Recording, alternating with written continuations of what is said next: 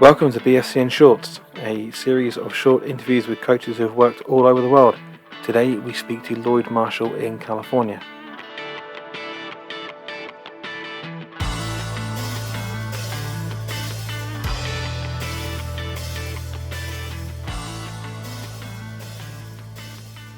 Lloyd, thanks for joining us. How are you doing today?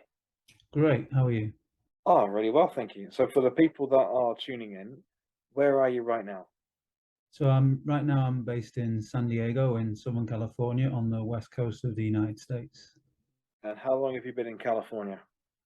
I've been in California since the spring of 2016, so coming up for 6.5 years.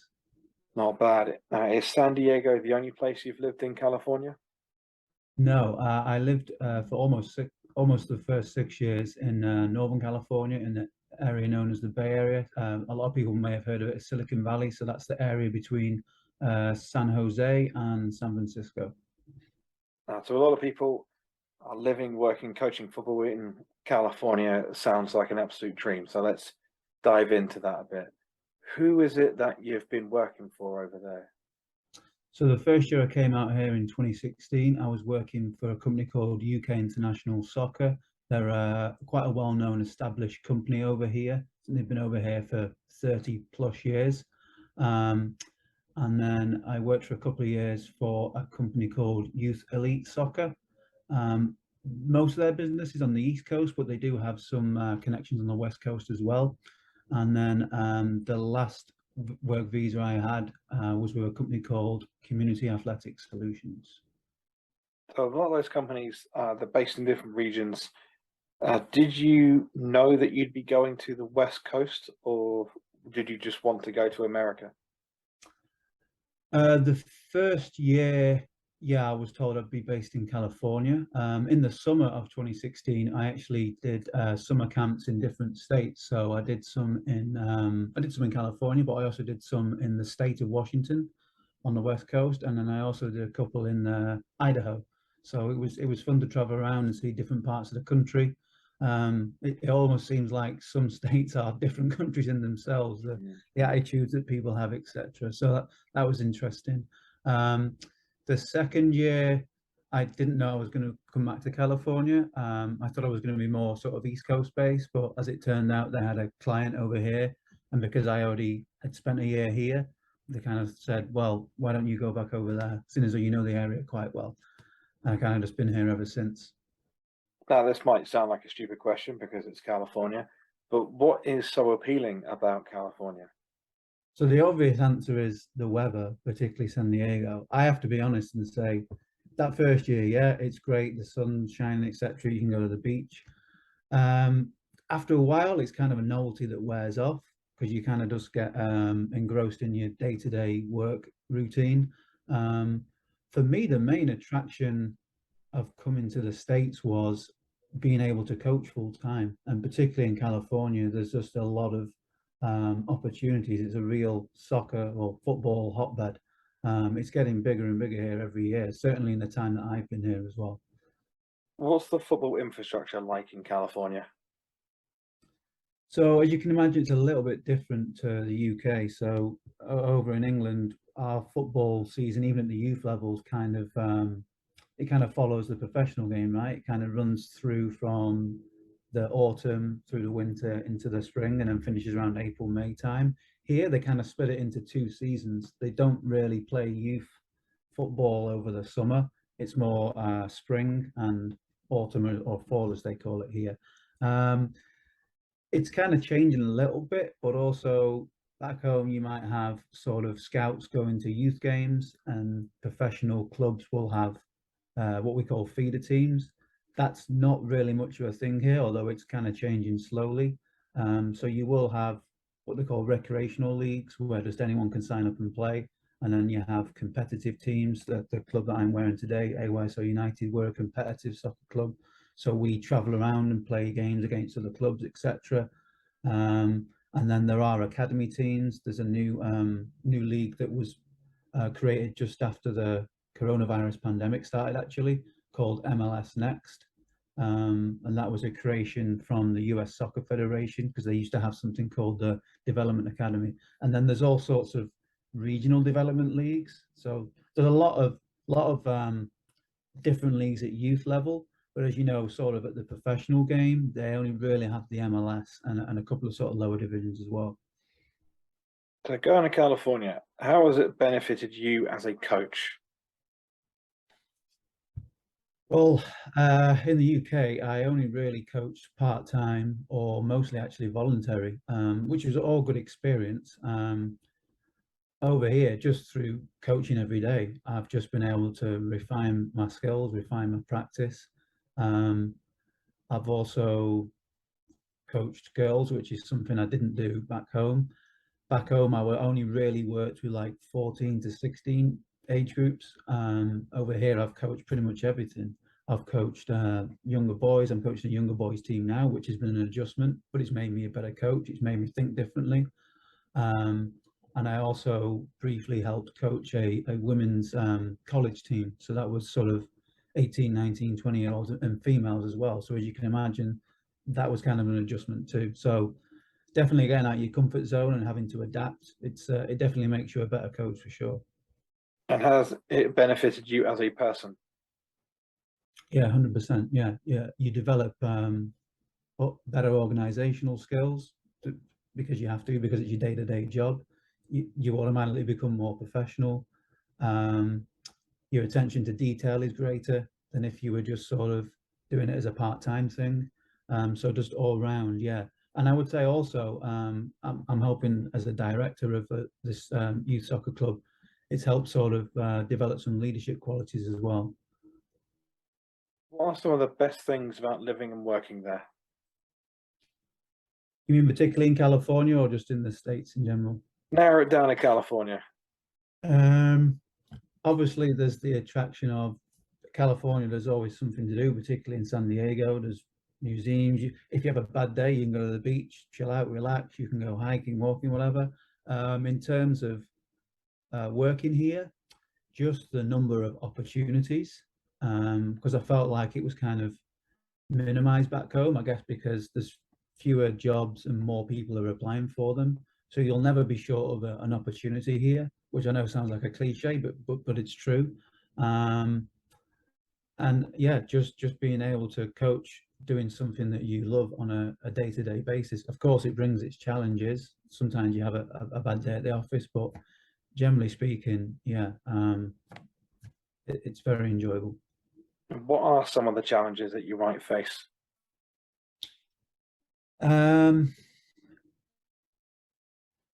Particularly, I would say that you have to be prepared to kind of at certain times of year be a 7-day-a-week person. It kind of goes up and down. Sometimes you have quiet periods. We're just coming up to our busiest period of the year, the autumn season. So that can be challenging.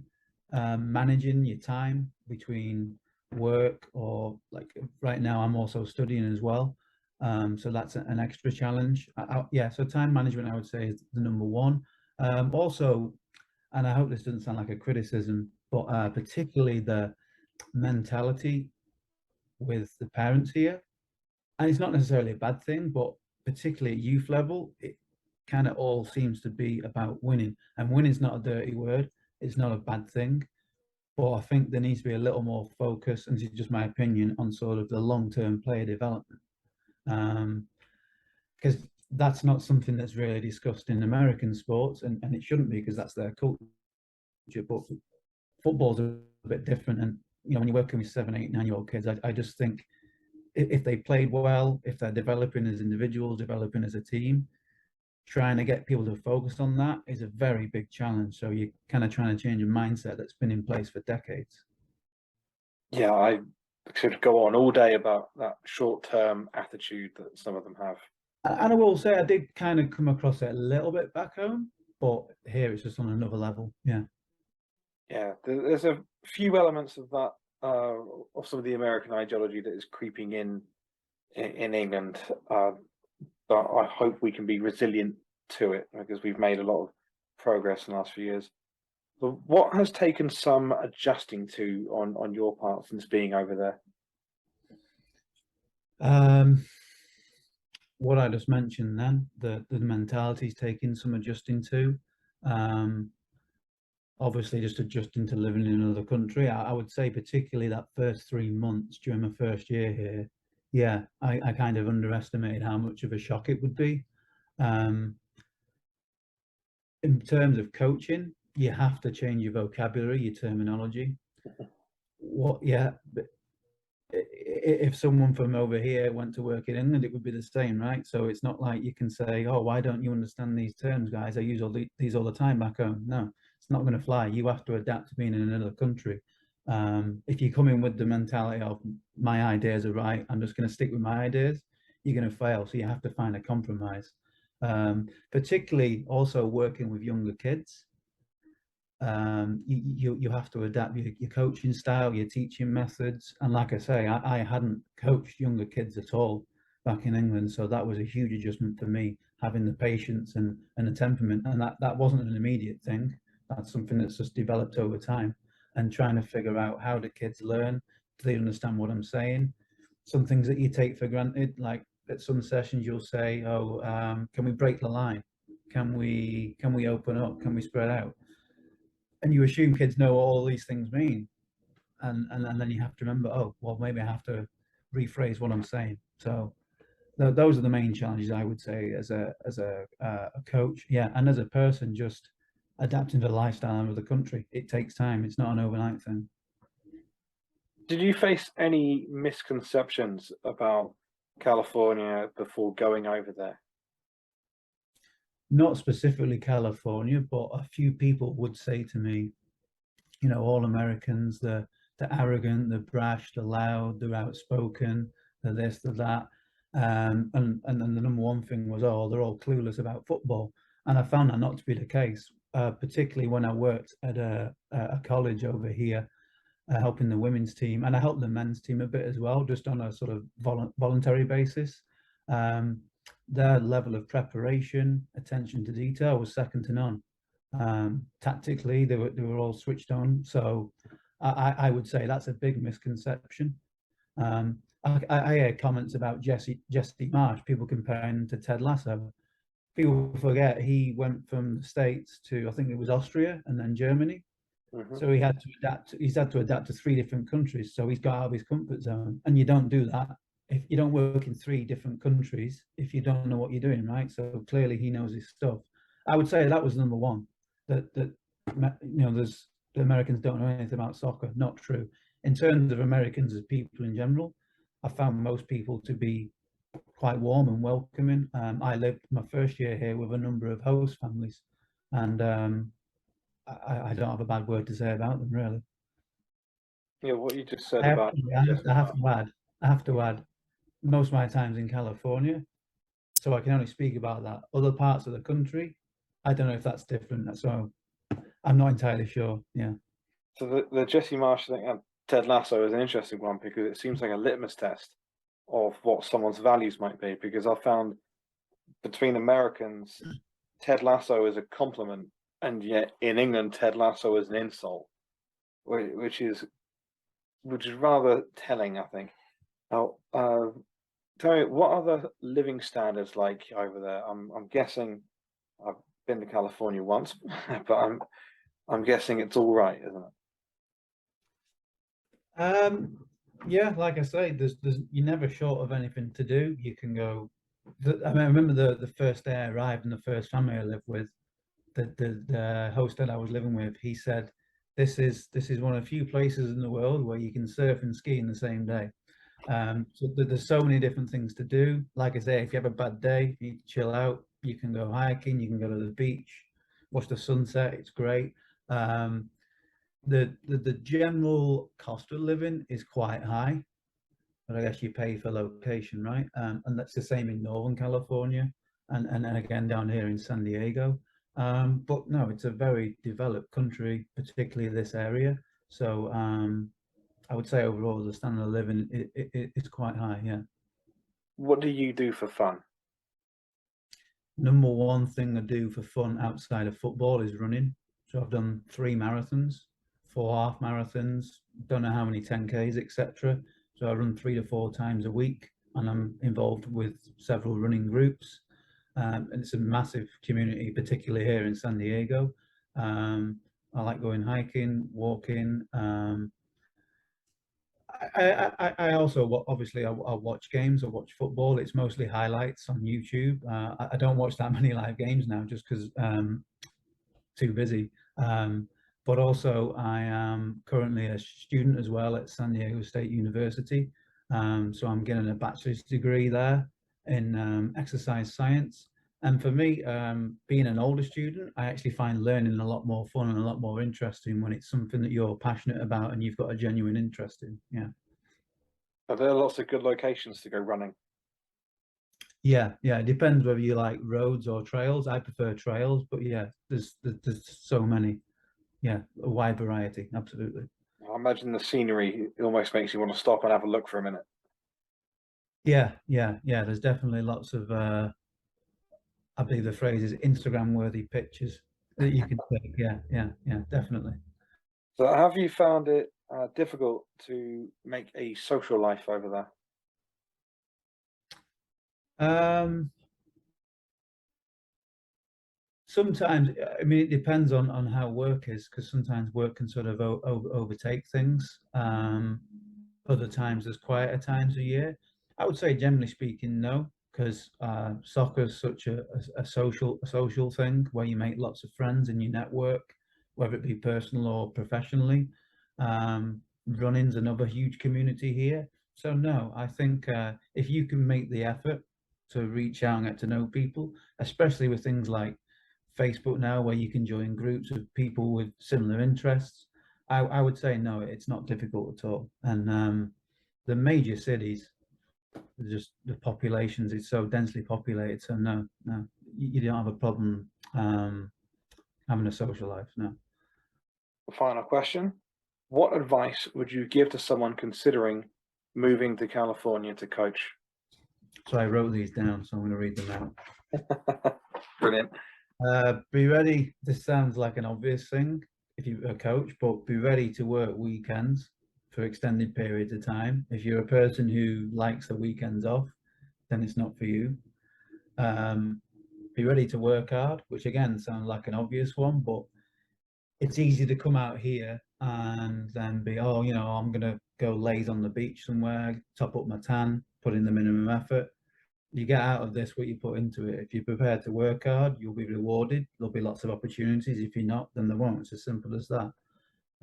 Be ready to be accessible to others. By that I mean parents might reach out to you with a query about the team or the schedule that you have. Other coaches might reach out to you regarding setting up games, etc. So just be ready at all times. I won't quite say 24/7, but because you need your downtime and time to relax, but just be ready to be accessible to others. I mentioned it earlier, but be ready to compromise on how you coach, be ready to adapt, and just in general, when you come to another country, they're not going to adapt to you. It's the other way around. That's a big one, and it took me a while to learn that. If you just come in with the mentality of my way is the right way, you're going to fail 100%. And just learn to manage your time. If you've got outside things going on, whether it be studying or other work, other interests, just make sure you don't procrastinate, stay on top of things. And then the last one I would say, if you come into California, be ready for there to be no seasons whatsoever. You get a bit of rain here and there, but like you can be doing a session in October, November. And I remember this my first year thinking, is this really November? And it was like sunny. In England, it'd be dark at 4 o'clock, it'd be raining, it'd be windy, be cold. And over here, it's the complete opposite. So bring some sun cream, definitely. Protect yourself. Brilliant advice. Thank you very much for your time. Thank you too. Thanks for tuning in. We hope you're enjoying learning all about the wonderful locations abroad. Where do you want your coaching journey to take you? We'll see you next time.